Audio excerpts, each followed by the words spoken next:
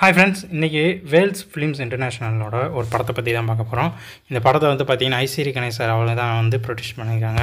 இந்த படத்தோட பேர் வந்து பார்த்திங்கன்னா சுமோ. ஆக்சுவலாக இந்த படம் வந்து பார்த்திங்கன்னா 2020 எடுத்து முடிச்சிட்டாங்க. ஆனால் அது கொஞ்சம் சில காரணங்களால் இப்போ தான் ரிலீஸ் ஆகிறதுக்கு வந்திருக்கு.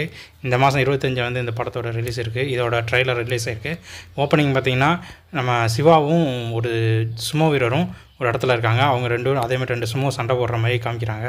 அதுக்கப்புறம் சுமோ வீரர் வந்து எப்படிலாம் இது பண்ணுறாங்க அப்படின்ற ஒரு பதக்க செட்டெல்லாம் காட்டுறாங்க.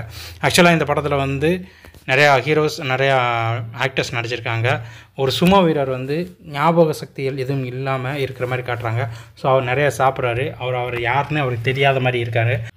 இதில் இவர் வந்து சிவா வந்து இவரை ஆதரித்து அவருக்கு எல்லாமே அவர் ட்ரீட்மெண்ட்லாம் பார்க்குற மாதிரியும் அவருக்கு தேவையான பொருட்கள் எல்லாத்தையும் வாங்கி கொடுக்க மாதிரியும் இருக்காங்க. இதில் வந்து இந்த மனோபால சார்லாம் இந்த படத்தில் நடிச்சிருக்காங்க. ஓகே, அதுக்கடுத்து இது வந்து ஒரு விநாயகர் டான்ஸு எல்லாமே இருக்குது. ஆக்சுவலாக வந்து இது ஃபுல் அண்ட் ஃபுல் ஒரு காமெடி படமாகவே இருக்குது. இதில் வந்து பல காமெடி நடிகர்லாம் யோகி பாபு, அப்புறம் விடிவி கணேஷ் சார், அப்புறம் மறைஞ்ச மனோபால சார் எல்லாம் நடிச்சிருக்காங்க. ஆனால் இந்த சுமோ வீரர் வந்து பார்த்திங்கன்னா அவரோட ஞாபக மறதி காரணமாக அவர் யார் என்னன்றது தெரியாமல் இருக்குது. ஸோ அவரை வந்து ஜப்பானுக்கு கூட்டு போய் அங்கே வந்து அவர் யாருன்றதை கண்டுபிடிக்கிறதுக்காக சிவா வந்து ட்ரை பண்ணுறாங்க. ஸோ அந்த இடத்துல தான் வந்து இந்த கதை அவர் வந்து மறுபடியும் வந்து ஒரு சுமோ வீரராக வந்து அவர் மாற்றி கொண்டு வர்றது தான். அந்த இதுக்காக அவருக்கு பல்வேறு பிரச்சனைகள் வருது. அது என்ன பிரச்சனைகள், அது ஏன் அப்படி பண்ணுறாங்க, அவருக்கு இருக்கிற பேக்ரவுண்ட், அதாவது பின்னாடி என்ன இருக்குது அப்படின்றது தான் மீதி படத்தோட கதையாக இருக்கும்.